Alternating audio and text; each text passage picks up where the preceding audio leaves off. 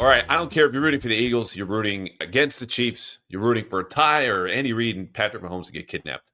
It's Super Bowl week. It is a great time to be a football fan. And so we're going to celebrate properly, not down in New Orleans, because as I sit here, midday, Wednesday, I am still in cold-ass Massachusetts. But we are going to hear from someone down in New Orleans, that being Patriots cornerback Keion Gonzalez, who's going to spend 10 minutes with us toward the end of this episode. Before then, we're going to talk a little bit of trade. Myles Garrett, Kupp, sitting squarely on the block. Myles Garrett moved himself in with a public trade request, which indicates the Browns do not want any part of this, and Garrett's camp wants to make this as ugly as possible. We'll get there, who knows? But in the meantime, yes, the answer is yes. The Patriots should try to trade for Myles Garrett. We'll get to him and how and why in a minute. Before that, we're going to get to their trade assets. This is something I wrote over the weekend because honestly, I think it's a good time to take stock of exactly what's in the cupboard.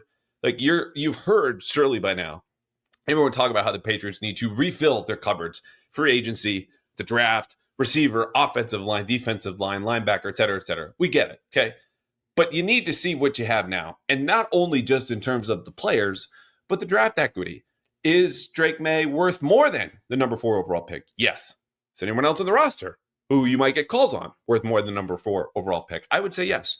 But how much is, say, Keion White worth? This helps put into perspective not only how much you value the player, but you value the player as if they were on the market and had to be put up against certain picks. So we will have those answered for you first, then get to Myles Garrett, Kupp, Keion Gonzalez later this week for our second episode. And I promise we'll get on a more regular schedule for the folks who have been very kind to leave us ratings and reviews. And note, hey, I would love some sort of regularity here.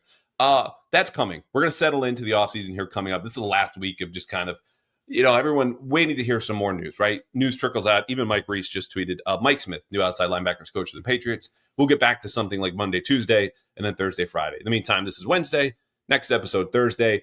Couple of guests. We're going to have a Tom Brady drinking game to play along with the Super Bowl for Howie X's broadcaster. That's coming later this week. But without further ado, let's get to the trade assets. We're going to go from 12 to 1. And again, you can find this all at the Boston Herald, thebostonherald.com. Number 12 with the bullet, 5'8", 180-pound, DeMario Douglas. Okay? And a reminder, when we talk about trade assets, DeMario Douglas is obviously a decent player. Okay? Tied for the team leading catches, 66, just shy in yards, behind only Hunter Henry.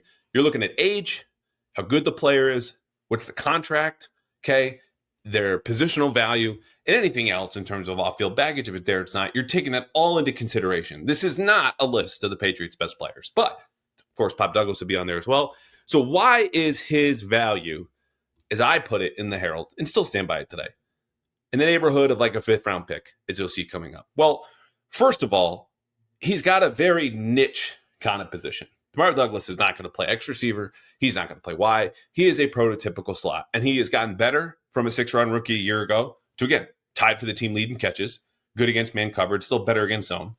But he's got 2 concussions to his name. And for a guy who makes a living over the middle of the field, if you're a team looking to trade for him and a cheap contract that has 2 years, $2.24 million left, which is nothing, that is pennies, you're going to have a little hesitation. A, because you can probably find another DeMario Douglas or someone similar to him elsewhere, and what that cost will be, especially when you see guys like Mike Williams, who's not a similar player, but in the neighborhood of caliber, even if he's older and has an injury history, goes for like a 5th or a 6th.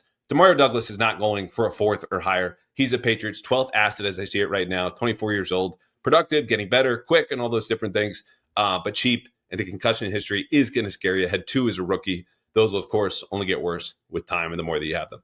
Number 11, I struggle with this one.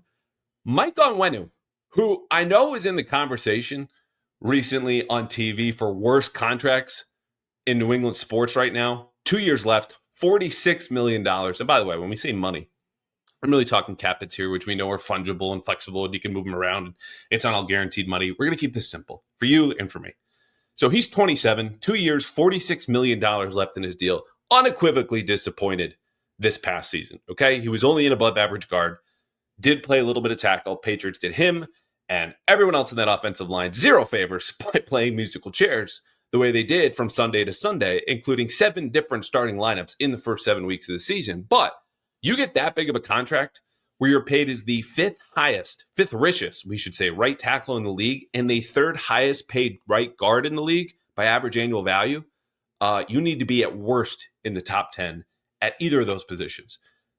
Maybe both. Michael Onwenu was not. He was well outside the top 10, probably outside of the top 20 when you look at his performance. And you can look just in the eye test, you go to PFF or wherever you want to go. Bottom line is the age and his history keeps him in this conversation, which I think is still probably around a 4th round pick, because teams will go, we'll just pluck an offensive lineman, develop him. He'll be much, much cheaper than 2 years, $46 million. But given the way the guard market boomed a year ago, multiple players north of $20 million per season, he's still got some value. Teams would have him if they do have the cap space. Number 10, Keion White, 26 years old, 2 years, $4.59 million left. Another tough call. Uber talented power player. His play fell off. I mean, you could say the second half of the season, but how about week 3 on? 4 sacks, first 2 games, 1 the rest of the year. Granted, sacks not, as we know, the best pressure metric. We talk about this all the time. Looking at hurries, looking at hits, influencing, turnovers, deflected passes, whatever. He can play on all 3 downs. He just hasn't earned the right to yet. Blowing the edges as a run defender, kicks inside, sometimes can get wild and out of control as a power rusher. The undeniable talent, though, is there. He's still young enough, stayed a little bit longer in college, changed positions. That's going to explain why he's 26, only going into year 3. But the tools are there. And I think even though his play ran hot and cold, other teams look at Keion White and go, we can work with this, man. Like, he was a 2nd round pick on our board, too. The coaching was iffy. All those guys are gone. The whole Maye thing, Belichick liked him. He got better as a rookie. We can tap into that player. So he checks in at number 10. Number 9, Hunter Henry, 30 years old, 2 years, $22.4 million left. He epitomizes one of my favorite phrases that I'm really trying to get away for next year. They talk about everyone's looking for room to improvement. Writing-wise, I am not going to use the phrase solid, more solid than spectacular in writing. I will say it here because I need to scratch that itch. And I'm going to have to talk about Hunter Henry, who is more solid than spectacular, which is not a knock. But when you've got 66 catches, 674 receiving yards, and that leads the team in both, that offense sucks, as we all saw and know. But you're like, okay, he's reliable, and that's what he is. So he's in the back end of his prime. He's a proven starter. He can play inline, a little bit more in space, certainly better against zone than he is man. He'd be a valuable addition to any offense. Any team would take a Hunter Henry. The question is, of course, not only what depth do you have and the fact that tight end's not your top 3-4 premium positions, but the contract. So teams are not going to give up more than a 4th round pick, I believe, for Hunter Henry, and maybe if that, because again, 2 years, $22.4 million, not all of it guaranteed, not great. The team that would acquire him via trade, hypothetically, no indications any of this is close, would be less. It's just still not the exact player you're making a lot of calls at or taking a lot of calls for. Number 8, our first pick, 2025 4th round pick. Patriots have a very high 4th round pick projected right now, pending the compensatory picks. This should check in at 107 overall. Okay, here comes the most difficult projection on this list. And if the YouTube comments are going to get after me for anything here today, I don't think it's going to be this upcoming Christian Gonzalez interview. It will be the placement for Christian Barmore, who right now I have above a 4th round pick, but in the neighborhood of a 3rd round value right now based on what we know about his health and availability. The blood clots cloud everything when you project a guy who is 25 years old, whose contract has 4 years, almost $80 million left, again in cap hits, not pure cash, this for simplicity's sake. At the peak of his powers, Barmore is worth a late 1st round pick, maybe more. Again, he just turned 25. He was one of the top 10 best defensive tackles in the league in his last full healthy season, according to PFF. Some of you don't like PFF, that's fine. They tend to get it right, though. It's on one end of the spectrum. These guys are the best, and those who are at the opposite end, these guys really suck. It's in the middle that we have our disagreements, okay? In that season, 2023, Barmore had 8.5 sacks, 16 QB hits, 34 hurries, okay? That player, as I said, is worth a late 1st round pick. Given the age, even with the contract, it's a premium position, the ability to create interior pressure. Will we see it again? I don't know. Obviously, with my whole football heart, I hope that we do. But Christian Barmore took time away from blood clots, came back for a month, and then had to leave again. Any team calling with any interest, which again, this is all hypothetical, we're just talking, would have to know that answer. I don't right now. I don't know if the Patriots do. I don't know if Christian does. So that's where it gets hazy here. This is a gamble in terms of value. So we put it somewhere in the middle of the draft. Ahead of Christian Barmore, number 6, 2025 3rd round pick. This one from the Falcons. This should be at 77th overall. This is from the Matt Judon trade. Number 5, 5th most valuable asset in the Patriots treasure chest. Their 3rd round pick a nice 69th overall selection. You look at recent years, pretty valuable pick. Not always.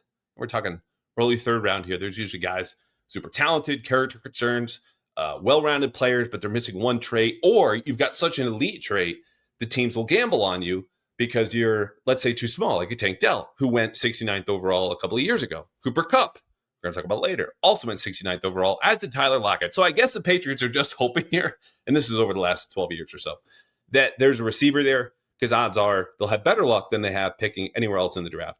Tyrann Mathieu and Yannick Ngakoue also here on this list. Number 4, Patriots 2025 second-round pick. This should come in at number 38. I don't remember the reason. Okay, you might think it's a little bit higher, but teams flip around at the top of the second, top of the third, in a way that's unlike where they are at the top of the first. We know the Patriots are going to pick 4th overall. The history of the 38th overall pick. Christian Barmore, who we already talked about, 2021. You got misses like Iker Gross-Matos, who went to the Panthers, defensive end out of Penn State, bounced around the league since then. You do have some hits in there. Xavier Howard was a big one. And then some guys you go, yeah, it's probably a second round pick. T'Vondre Sweat, defensive tackle last year for Tennessee, just giant, massive human being in the middle. Matthew Bergeron, offensive tackle for the Falcons. Preston Smith, linebacker for the Commanders. Austin Seferian-Jenkins, a tight end. And Manti Te'o, people forget, 38th overall pick to the Chargers. All right, so the top 3 most valuable assets that the Patriots have. You can guess one of them is their first round pick. You can also guess one of them is Drake Maye, and the other is probably our guest who we've talked about a lot here already, and Christian Gonzalez. So what order are they going? I say the 2 players are their most valuable assets. So number 3 is this 4th overall pick. And I'm not even considering the fact that this is considered to be a weaker draft class, because I finally kicked off my draft prep. I'm not going to tweet every clip that I dive into, but we're getting a better feel for scouting reports that you'll see coming at the end of this month when I'm at the Combine, and then March, and then April. When you look at the number 4 overall pick, obviously super valuable. The players that have gone here, much higher hit rate as you could guess. Marvin Harrison Jr., Anthony Richardson, Sauce Gardner, Kyle Pitts, Andrew Thomas, Denzel Ward, Zeke Elliott, Mari Cooper, Lane Johnson, a couple more. Okay, this is an exceptionally valuable asset, but it is not more valuable, in my opinion, than Christian Gonzalez, who's number 2. Age 22, same as Drake Maye. His contract, 2 years left, with a 5th-year option for the Patriots as a first-round pick, $8.92 million. I don't believe the Patriots would accept an offer of Christian Gonzalez for even the number 3 overall pick. That's how good he is, and I think will be. Second-team All-Pro. He's established himself as one of the best players in the league at his position. And I'm not saying this because he's coming on the show. He allowed a 55.7% opposing completion percentage when targeted last year. Basically a coin flip. If you were a quarterback in the NFL last year throwing at Christian Gonzalez, you were better off flipping a coin in the pocket, and if it came up tails, just chucking it in the dirt. That's how good he was last year. 6'1", 205 pounds, elite speed, agility. He gave up just 2 touchdowns, had 2 picks. The more picks he gets, the more attention he gets. He will be a first-team All-Pro soon enough, not a second-team All-Pro going, where's my Pro Bowl nod? Drake Maye gets to go to the Pro Bowl. I should too, right? Well, Drake Maye, being a quarterback and the number 1 most valuable asset right now for the Patriots, he's also 22, 3 years, $29.98 million left in his contract, all guaranteed. Plus, again, the 5th-year option. He's the crown jewel. He is one of the most untradeable assets in the NFL. I think probably top 10 in that category. We're not going to do the whole Bill Simmons thing of the trade value chart. But look, when you're this young and you're this good, I don't care it's been just one season. When you look at what he was surrounded with, and he not only just drove the car, he powered it. Drake Maye was the engine to this offense last year. What can't he do when you get him just a league average offensive line or receiving core? Okay? It's the physical talent, it's the toughness, it's the glimpses of leadership, and it's the improvement that we saw from the ground up. His footwork, accuracy, everything. Like, this kid is a stud, and I think is ticketed to become a real Pro Bowler. We're just going to say it in the years to come, and potentially an All-Pro. Those guys don't get traded. They get very rich. They're considered one of the best, most valuable assets, especially at this age and that contract in the entire league. There you have the Patriots' top 12 most valuable assets. Now, can they ship any of those for Myles Garrett? Yes, maybe they could. But first, a reminder that, again, you're probably just getting buried in ads for companies and places that want to take your money and offer to, hey, if you put it around the big game coming up on Sunday, you can make a little bit more. You can do whatever you want. What I'm telling you is I'm doing it at one place. It's Prizepicks, America's #1 daily fantasy sports app, because here's how simple it is. If you like a player to get a certain number of yards or a touchdown or whatever it might be, you go to Prizepicks, you pick more or less than that player, Saquon Barkley, Patrick Mahomes, Travis Kelce, I don't care. You lock it in, and then they give you a free square. Because at Prizepicks, when you make these player stat projections and you build a line of 2 to 6 players, and you go more or less, that's it. And when they give you one, you just have to get one right, because they're giving you Patrick Mahomes more than or less than 0.5 passing yards. The man completes one pass and it goes forward. That's it. You can check off that square, but only at Prizepicks, where they've given away tens of millions of dollars this season in prizes. They use Venmo, they use MasterCard. And again, it is America's #1 daily fantasy sports app. Just you against the numbers. And here's the best part. When you play your first $5 lineup as a new customer, you get a $50 bonus, win or lose. It's guaranteed. So there you go. Pick a player, go more or less, add Patrick Mahomes more than half a passing yard, put $5 down, get $50 back, and if you win, it'll be even more. So there you go. Go to Prizepicks, download the Prizepicks app today, use code CLNS for that bonus. Again, code CLNS to get $50 bonus when you play your first $5 lineup. Again, download the Prizepicks app today, use code CLNS to get your $50 bonus when you play your first $5 lineup. Prizepicks, run your game. Okay, real quick. And Christian Gonzalez, as I take a breath for the first time in, 16 minutes. Myles Garrett, he puts out a statement earlier this week. I guess the NBA couldn't have a weekend of news, which, by the way, no idea what the hell the NBA is doing with its trade deadline tomorrow in the middle of Super Bowl week. But we press on. Luka trade gives way to Myles Garrett's hopeful trade. 29-year-old defensive end for the Browns. 4-time All-Pro. 6-time Pro Bowler. Reigning Defensive Player of the Year, who has averaged 15 sacks per season and missed 2 games all in the last 4 years. Again, 15 sacks per season while missing just 2 games over the last 4-year span. Via Mina Kimes. This gets even better. Myles Garrett ranked 2nd in pass rush win rate only to Michael Parsons, despite being doubled 30% of the time. He also ranks 1st in incompletions and interceptions created through pressures and 1st in forced fumbles. So it's not just the sacks. It's not just the traditional box score stats. It's not even that we're just contextualizing all of this, going 30% of the time he's seeing an extra offensive lineman or an O-lineman, an attack, and a tight end or a running back or whatever. It's that he's pushing through all of that. He is a freak of nature. And the way I would put it to you is this, is we argue for the Patriots to trade the #4 overall pick and probably something a little bit more for Myles Garrett if he's willing to come to New England, because in his statement, which said, hey, we've already talked to the Browns and they're not doing what we want, so we will try to create some leverage through the public. He said he wants to go to a contender. We obviously know the Patriots are not going to contend for a Super Bowl next year, but I would tell you, the fan, even though he is 29, this man, given his raw natural athletic abilities, the fact that he is clearly the hardest working player on that Browns team, which, if you just need any evidence, the man looks like a monster. Okay? He looks like anyone who stole Patrick Ewing's talent in Space Jam and just grew 10 sizes, even among giants and the men of men on the football field. But you put him on the same side of the field in New England as Christian Gonzalez, you're basically playing 9-on-8 on whatever other side of the field. You're obviously not building a defense this way, but just think about it. Myles Garrett's going to command extra attention blocking-wise, okay? Run schemes, passing downs, whatever it might be. Again, 30% of the time he was double-teamed. Christian Gonzalez right behind him is saying, you're not throwing over here.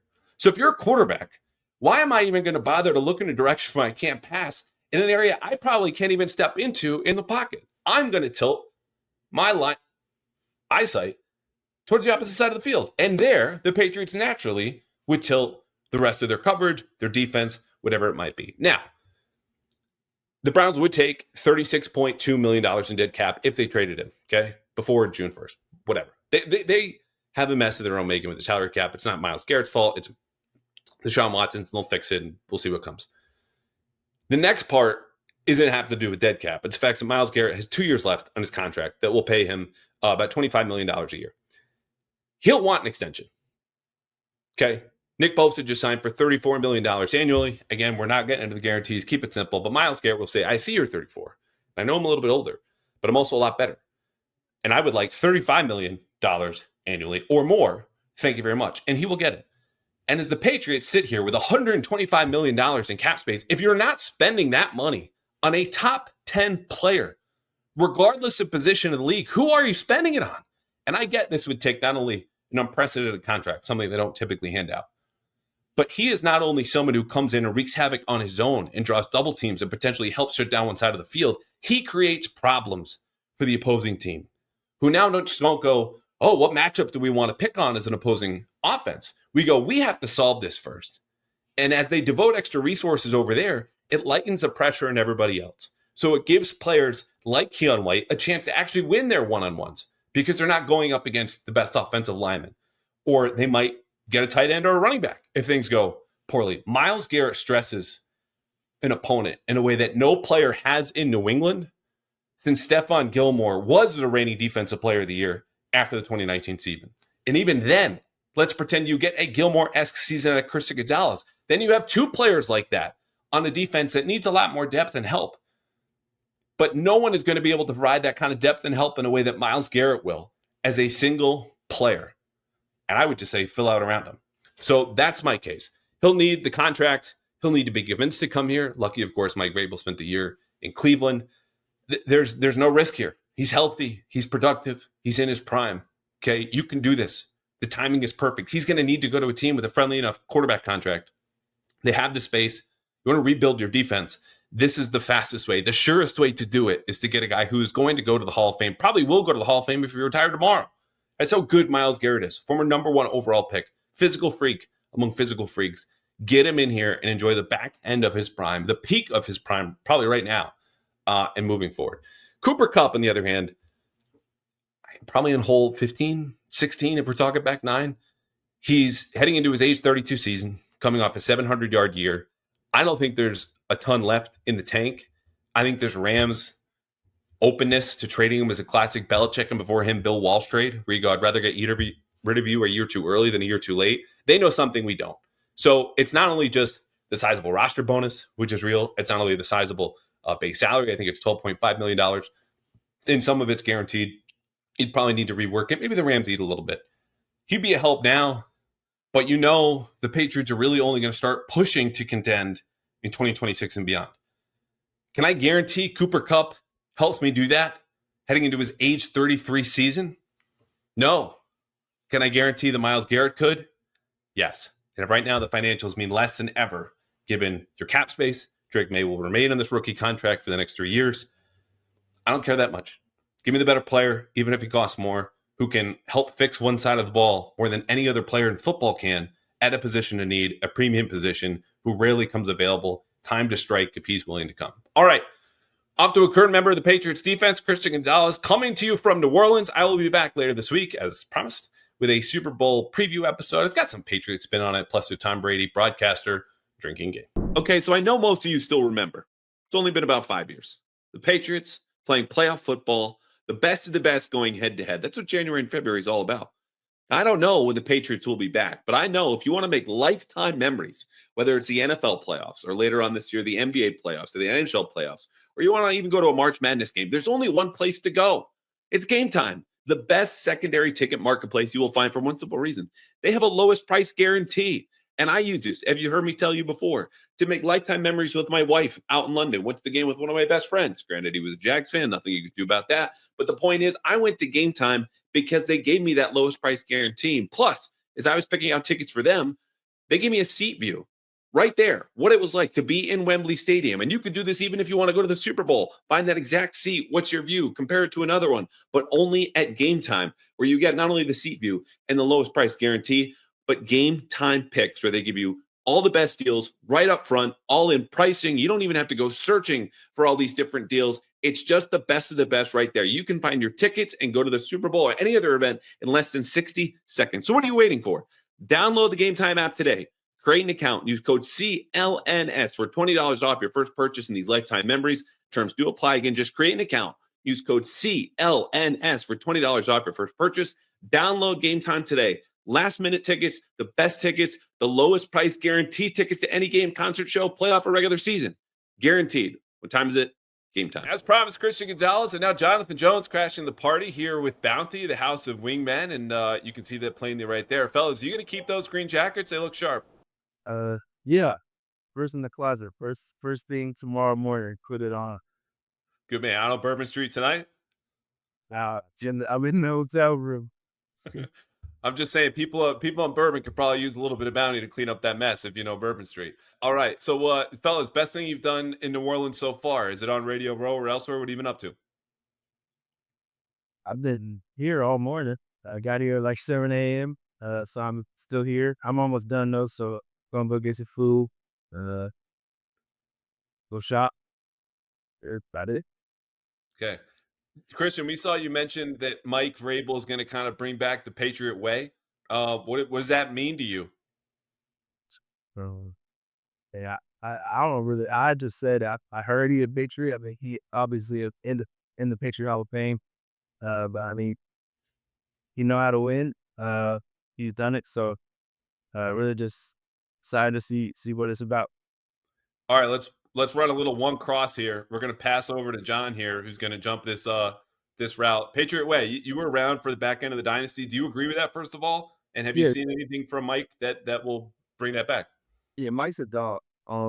Just I remember doing joint practices with them, over there down there in Tennessee, and I mean we were doing their fighting, our team versus their team. That's just a testament to the type of guys that he likes around, and just the energy he brings from those guys. So he's definitely gonna bring the energy. Awesome. All right, this is for both of you. Start with John. Have you spoken with any of your new coaches? If so, who was it, and what do they tell you?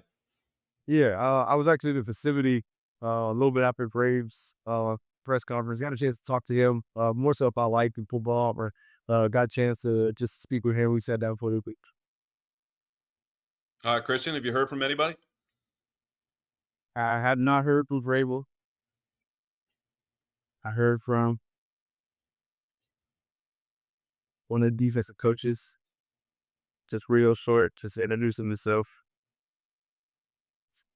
Other than that, no, I ain't heard really. All right, is that Coach Richardson? Or are we keeping the name on the DL because we forgot, or you just don't want to blow up his spot here in Radio Row? I don't want to say no what they roles is if they ain't gotten moving this yet. Well, I can tell you that's coming out a little bit later. It'll be a little bit more secret than it was last year, but not too much. Pick a teammate, both of you, younger or older, who you think is primed for a breakout in the 2025 season coming up.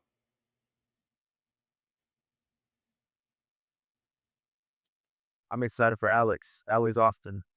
We're gonna I played college against him, so I know what he can do. And then also just when he got out there this year, whenever his number was called, he went out there and did what he had to do, and he did it at a high level. So, he brings a lot of energy to the room. So excited to see what they'll bring to the Patriots this year. All right, John, are you going to go outside the corners room? Just a dub. Just seeing him getting back to being healthy. He battled through a lot of injuries last year. Just seeing him getting back to being a player that everyone knows he is. I'm excited for. Let's just get to free agency. Guys, make a pitch for guys to come here. What do you believe about the program and what's about the change with Mike Vrabel? Why should guys come join the Patriots? I mean, my pitch probably a little different if they just can give you. But Boston, a pretty cool city. I've been there for 2 years now, so I mean, I'm enjoying it. Ali was hitting out earlier, raised a one, so he knows what to do. So we got a lot of young talent. There's talent there, and we hungry to win. So come on.